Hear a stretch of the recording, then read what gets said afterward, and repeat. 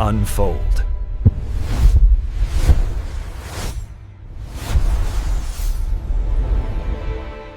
All right, let's jump right in. We are talking about one of the most unbelievable survival stories ever told, Sir Ernest Shackleton's expedition on his ship, the Endurance. Now, this was a mission that, by all traditional metrics, failed. It failed spectacularly. But somehow, it became this enduring legend of leadership against literally impossible odds. You've probably seen this ad before, and here's a little secret. It probably never actually ran. But it doesn't even matter because it perfectly sums up the spirit of this whole thing. See, Shackleton wasn't just hiring a crew. He was looking for a certain kind of character. He wanted guys who were drawn to the sheer difficulty of it all. And that, it turns out, was way more important than any technical skill. So that brings us to the big, central question of this story, doesn't it? How on earth do you fail at everything you set out to do and still go down in history as a massive success? Well, let's get into it, because the answer really changes the way you think about what it means to succeed. Okay, so let's set the scene. It's 1914. You have to understand all the big polar firsts were already claimed. The race to the South Pole was over. But Shackleton, he was desperate to carve out his own piece of history. He set his sights on what he called the one great main object left to do in Antarctica, the very first land crossing of the entire continent.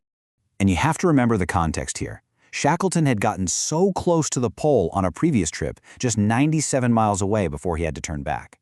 This expedition was his comeback story. And get this, he set sail in August of 1914, just as the entire world was exploding into World War I. They were literally leaving a world of human conflict behind to go fight a war against nature itself. So, after leaving the remote whaling stations of South Georgia, pretty much the last stop before utter wilderness, Shackleton got a serious warning. The old, veteran whalers, guys who knew these seas like the back of their hand, told him the ice was the worst they'd seen in decades. They said, wait. He didn't. And boom, the trap snaps shut. Can you imagine?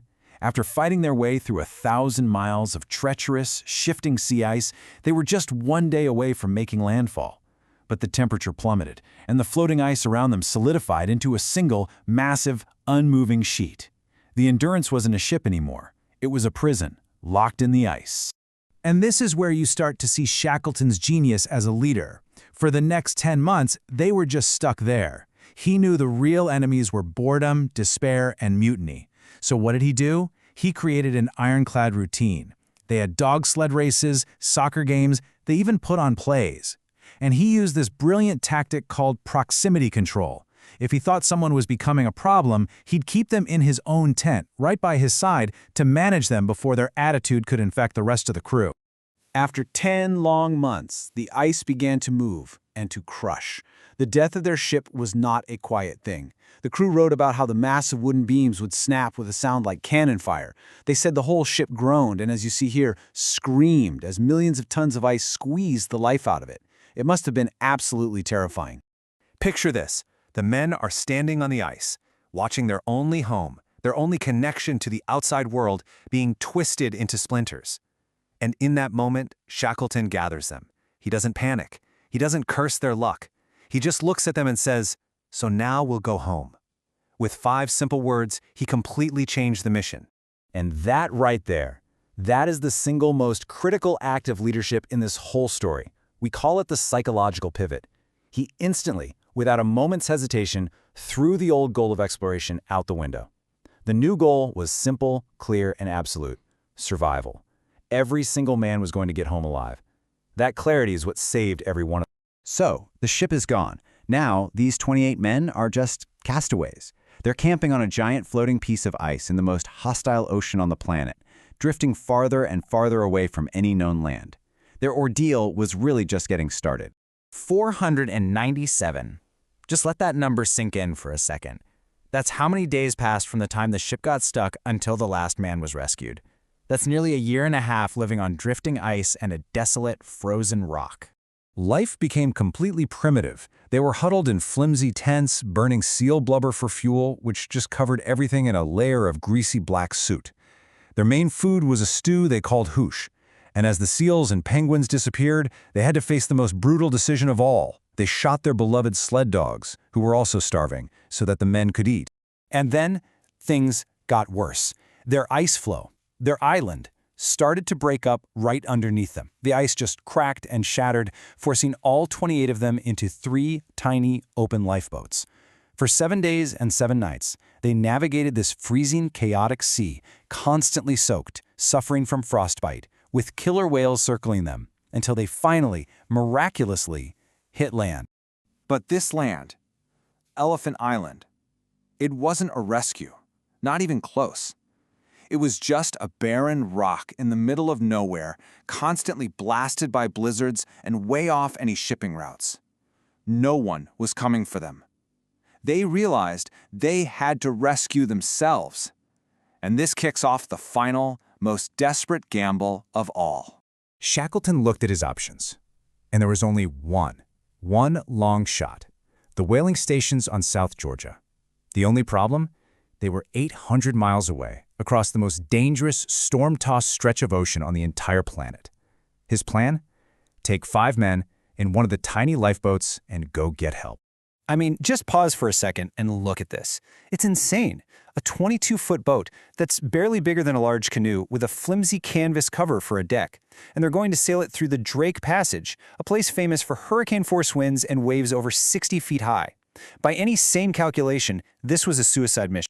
And on top of all that, how do you even navigate? Their navigator, a brilliant guy named Frank Worsley, basically had to do it by dead reckoning. Over 16 days in this raging storm, he only got to see the sun 4 times to get a reading with his sextant. If he was off by even 1 tiny degree, they miss the island completely and just disappear into the vastness of the Atlantic. Against all odds, they made it. But they landed on the wrong side of the island. To get to the whaling station, they now had to cross a mountain range of unmapped glaciers and peaks. And look at their gear: a carpenter's tool for an ice axe, a bit of rope, and their soggy, rotting boots. The one stroke of genius? They pulled screws out of their lifeboat and hammered them through the soles for a little bit of grip. After 36 hours of non-stop hiking, 3 of them stumbled into the Stromness whaling station. They were completely unrecognizable. Their faces were black from blubber smoke, their hair and beards were matted with ice, their clothes were in tatters. When Shackleton finally managed to tell the station manager who he was, a man who knew him well, the manager just turned away and cried. But it still wasn't over. Shackleton had 22 men still stranded back on Elephant Island. For 4 agonizing months, he tried everything to get back to them. He borrowed and begged for ships. 3 times he was forced to turn back by impenetrable sea ice and ferocious storms. But he just would not give up. And on his 4th try, with a small, tough Chilean tugboat called the Yelcho, he finally broke through the ice. So when you look back, you realize none of this was just luck. It was a masterclass in leadership under pressure. It all started with that crucial pivot. And once the new goal was set, bring everyone home alive, everything else followed. Radical empathy wasn't just nice, it was necessary. Optimism wasn't a mood, it was a tool. And routine was their best weapon against chaos. You know, this is why the story hit so hard back home. At the exact same time, millions of young men were dying pointless deaths in the trenches of Europe. And then, out of the Antarctic, comes this story. A story where the goal wasn't about conquering territory, but about saving lives. And he did it. Not a single man was lost. It was a stunning moral victory. This quote from another polar explorer really says it all, doesn't it? Other men were better scientists, maybe they were faster.